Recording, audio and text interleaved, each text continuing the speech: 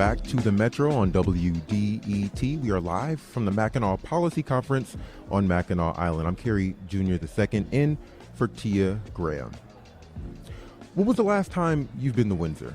Maybe it was your 19th birthday to purchase your first drink, or maybe it was to venture around downtown, check out the Detroit River from the other side. But even if you're not venturing to Canada often, a lot of people are. Governor Gretchen Whitmer has said that the Detroit-Windsor area is the busiest active border crossing in North America, and that about $200 billion of trade flows between the two countries annually. A border that is that active has plenty of infrastructure that needs to be maintained. Regine Beauboeuf is the CEO of American Roads. She oversees the bridges, tunnels, and toll roads that exist between the two countries. She joins us now on the show to discuss what her job entails and to provide us some more insight on the consequences of the trade war between the U.S. and Canada. Regine, welcome to the Metro.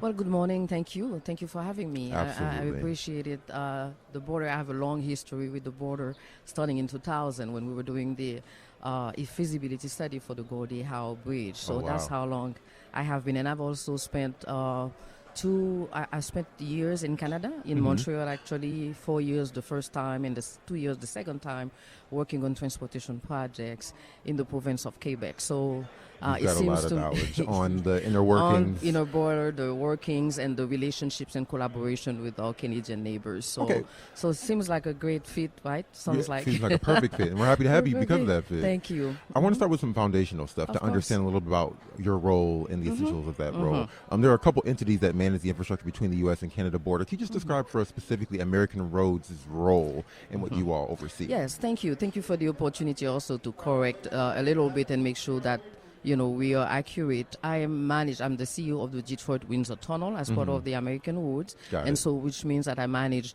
half of the tunnel, the U.S. Plaza, access to it, and towards Windsor. The tunnel is jointly owned by the city of Windsor and the city of Detroit. So we are the operators for the city of Detroit. I heard you mention the bridges. I did work on Gordie Howe, but I'm not the manager for the Detroit. This is a state and provincial, owned infrastructure, province of Ontario and the state of Michigan.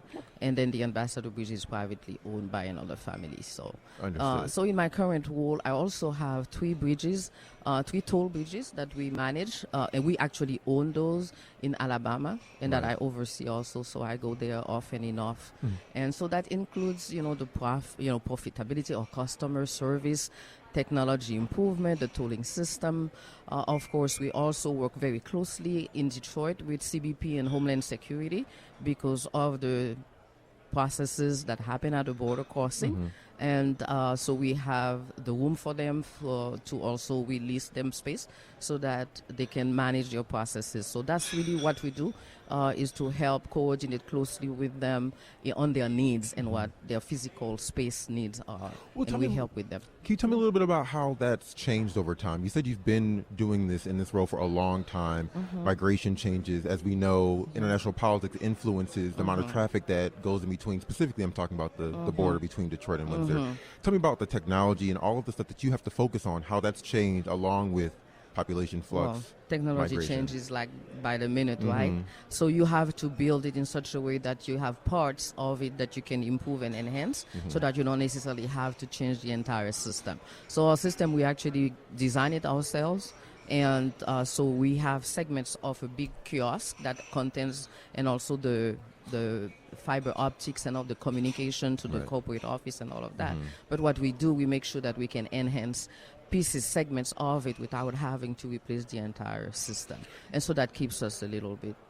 Are there parts that you have to adapt or change because of population influx either increases or decreases? You have to manage more load, more population, more people who are coming to Detroit or to Windsor. Actually, we don't have as many people, but we have a concentration of people during certain times of the day. So if you can ease the traffic, so you can actually help your customers travel quicker and more efficiently, and also impact on the city of Detroit itself, because we do on people leave the tunnel and go in directly into the CBD, and we don't want to add to any congestion, there. So we constantly also communicating and working with the city of Detroit and other emergency services also. So when residents are trying to get from the city of Detroit to Windsor, and there's this big pile up at the border, it's people, they're like, okay, you're the one who's in charge of helping us navigate this, that it's a seamless transition. It's not...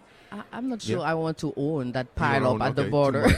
At the border. I think I can share that with others. Fair. There is a lot of construction happening these days, as you know. Yes. And so that is causing that. And you have major events happening in the city. And we work with them. Those are things that take months and weeks of preparation to have.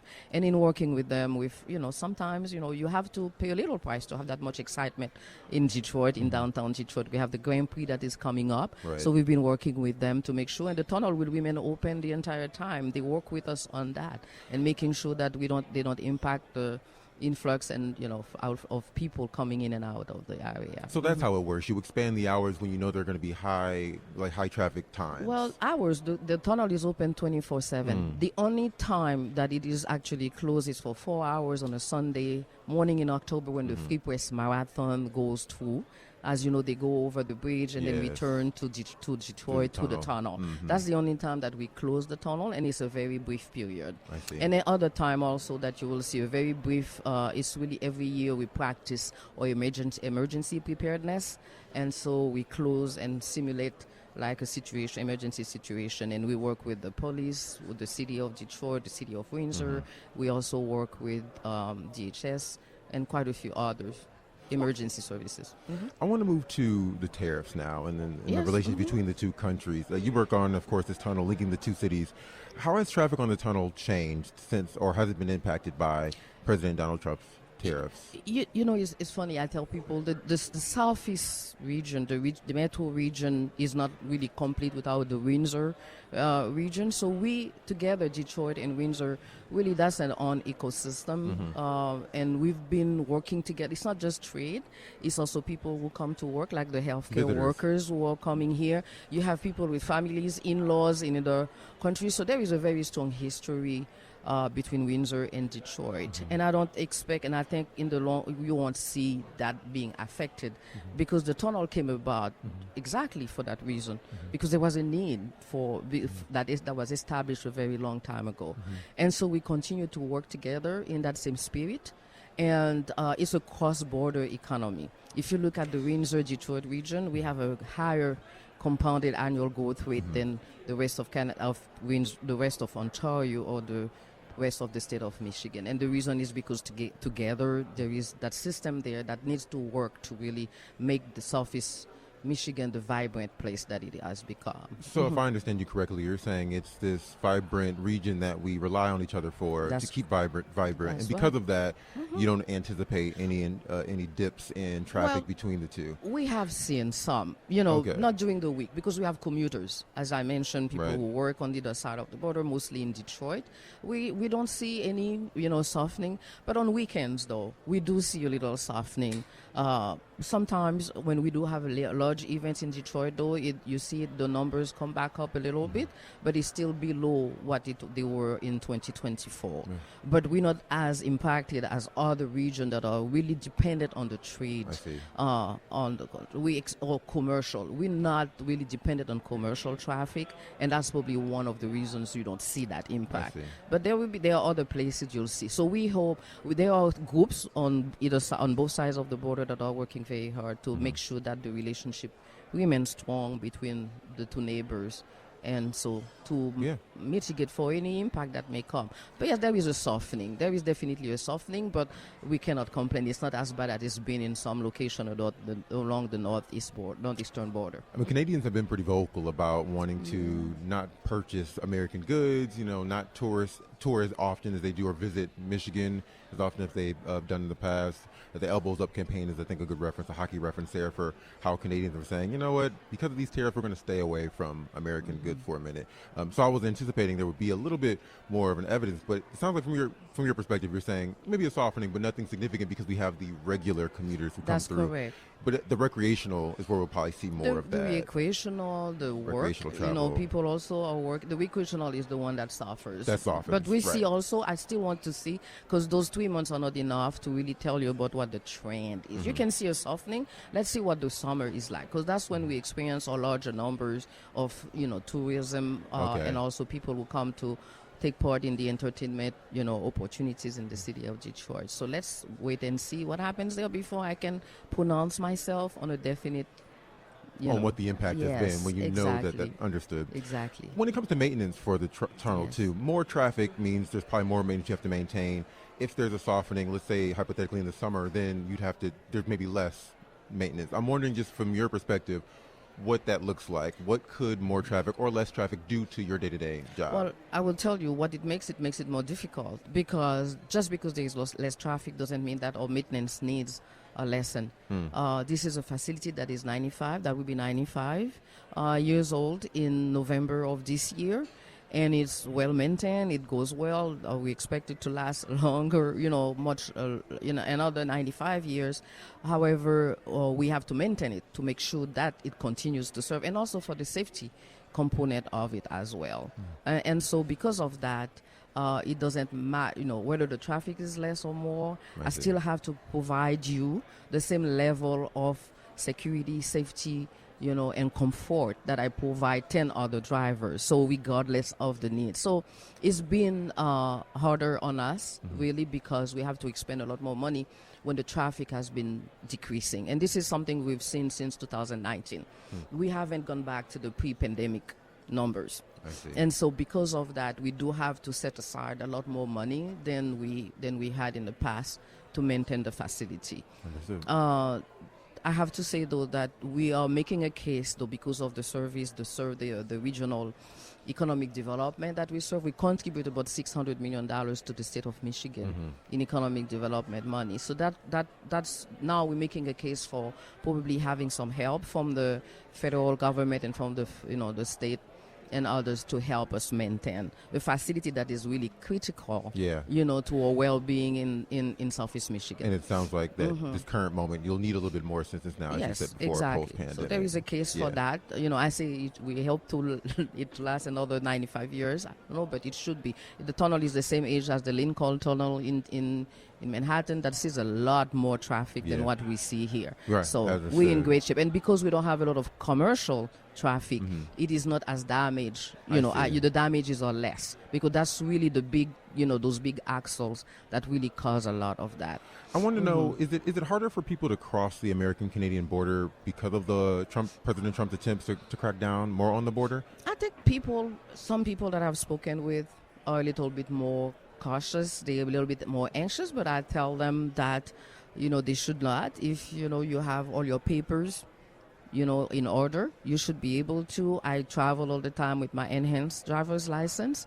I haven't had any problem. But if you want to be on the safe side, there is always your passport or your passport card that you carry with you. So if your papers are, and I've had people actually even ask me, can I go to Canada? I'm afraid a little bit about, I'm afraid of the backlash from the Canadian people. And I tell them, from what I've seen and experienced of over the years that I've worked with the Canadian, they're the kindest people that I know. And of course, there might be some hot, sentiment these days, but I think over time, you will see we're in it for the long run. And relationships that have been built over years and years don't go away. All right. For like that. So one last question I have for you really quickly, if you do it in about 30 seconds. It's about just general road maintenance here, right? Our roads in Michigan are so poor. Can you kind of explain to us why that is?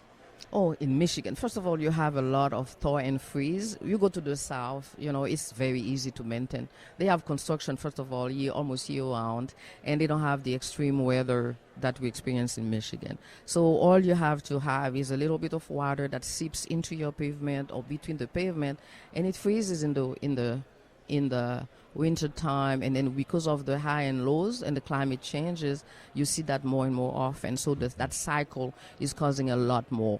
And in order to really make it so that it doesn't, it would have to be a lot more expensive to build the road in the first place. So you have to what we have to do is to do good asset management, which means to start addressing the problem before it becomes one.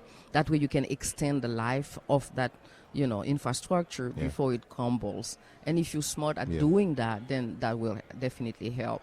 Excellent. Thank you so much for your time. Regine Beauboeuf is the CEO of the Detroit-Windsor Tunnel. Regine, thank you so much for joining us on the Metro. We appreciate your time. Thank you so much for having me. I appreciate the time, and you have a wonderful day. Thank you.